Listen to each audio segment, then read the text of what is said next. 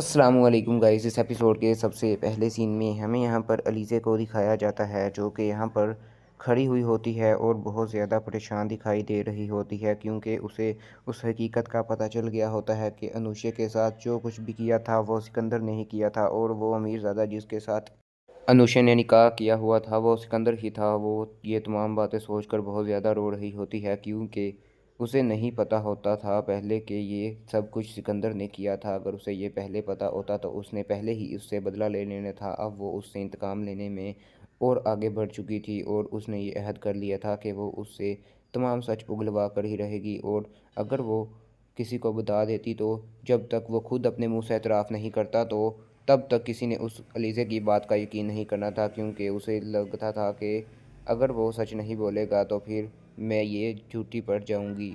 फिर हमें दिखाया जाता है कि वो यहाँ पर आकर उसके कमरे में अनुशे की ब्रेसलेट रख रही होती है और वो फिर यहाँ से चली जाती है और वो बहुत ज़्यादा मुस्कुरा रही होती है और कह रही होती है कि अब तो इसको सच बोलना ही पड़ेगा।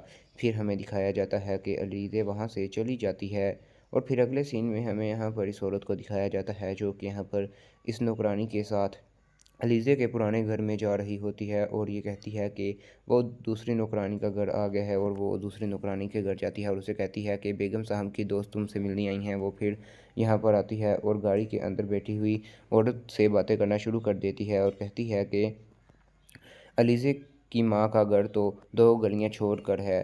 तो वो कहती है कि वो इंतकाल कर गई हैं और उनकी जगह कोई और किराएदार आ गए हैं। तो ये बात सुनकर वो औरत कहती है कि अच्छा ठीक है, फिर मुझे लगता है कि अब चलना होगा। तो वो कहती है कि जी हाँ। फिर हमें दिखाया जाता है कि ये दोनों औरतें यहाँ पर गाड़ी में बैठकर वापस आना शुरू कर देती हैं और ये औरत बहुत ज़्यादा गुस्से में आई होती है क्योंकि उसने अलीज़े के घर जाना होता था लेकिन वहाँ पर अब कोई और रह रहा होता है। फिर वो वहाँ से चली जाती है। फिर अगले सीन में हमें इस लड़की को दिखाया जाता है जो कि गाड़ी में बैठी हुई होती है और अपनी यूनिवर्सिटी जा रही होती है। तो जब वो वहाँ पर खड़े हुए सैम को देखती है तो वो फिर फ़ौरन गाड़ी से बाहर आ जाती है और साइम को आवाज़ देती है और कहती है कि साइम तुम यहाँ पर खड़े होकर क्या कर रहे हो। तो वो कहता है कि मैं अपनी जॉब पर जा रहा हूँ। तो वो कहती है कि चलो आ जाओ, मैं तुम्हें ड्रॉप कर देती हूँ।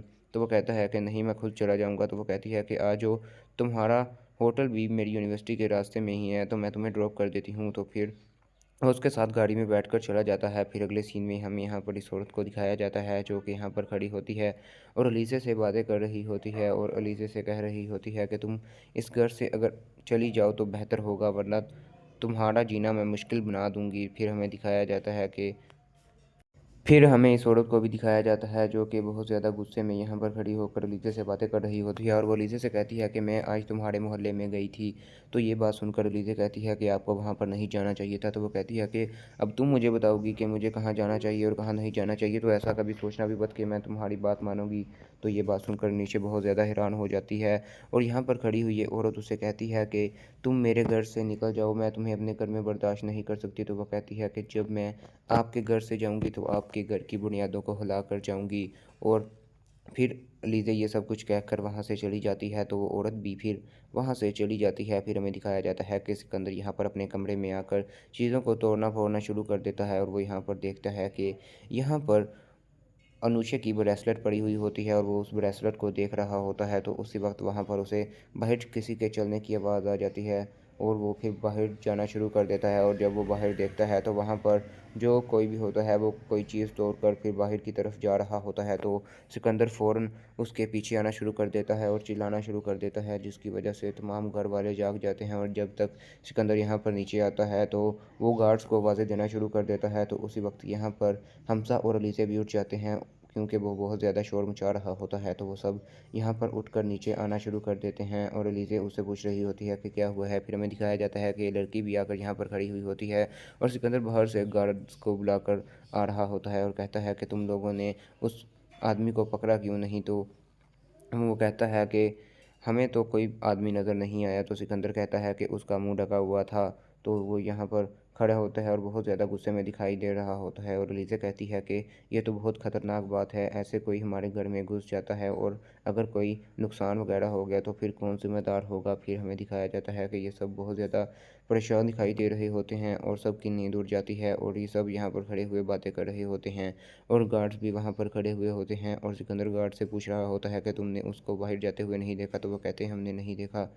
फिर हमें दिखाया जाता है कि यहाँ पर अरीशा भी खड़ी होती है और फिर सिकंदर अपने कमरे में चला जाता है और अरीशा भी उसके पीछे अपने कमरे में चली जाती है।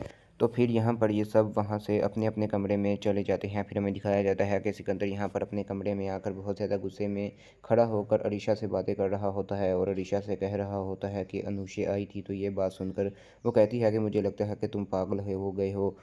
तुम पहले कह रहे थे कि मैंने उसका चेहरा नहीं देखा, अब तुम कह रहे हो तो कि मैंने अनुशे को देखा है।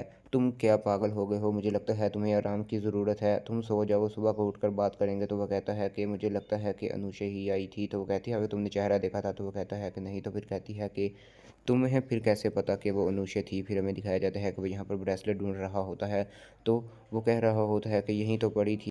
तो ऋषा उससे पूछती है कि क्या यहीं पर पड़ी थी? मुझे बताओ तो सही, मैं तुम्हारी ढूंढने में मदद कर देती हूँ। तो वो कहता है कि यहाँ पर अनुषा की वो ब्रेसलेट पड़ी हुई थी। वो कहता है कि वो ब्रेसलेट यहीं पर इस टेबल पर पड़ी थी, अब यहाँ पर नहीं है। तो ये बात सुनकर वो कहती है कि मैं तुम्हारे हाथ जोड़ती हूँ कि मुझे सोने दो, सुबह को उठकर इस बारे में बात करेंगे, तुम्हारा दिमाग ख़राब हो गया है। फिर यहीं पर इस किस्त का इख्तिताम हो जाता है। आज के लिए बस इतना ही। अल्लाह हाफिज़।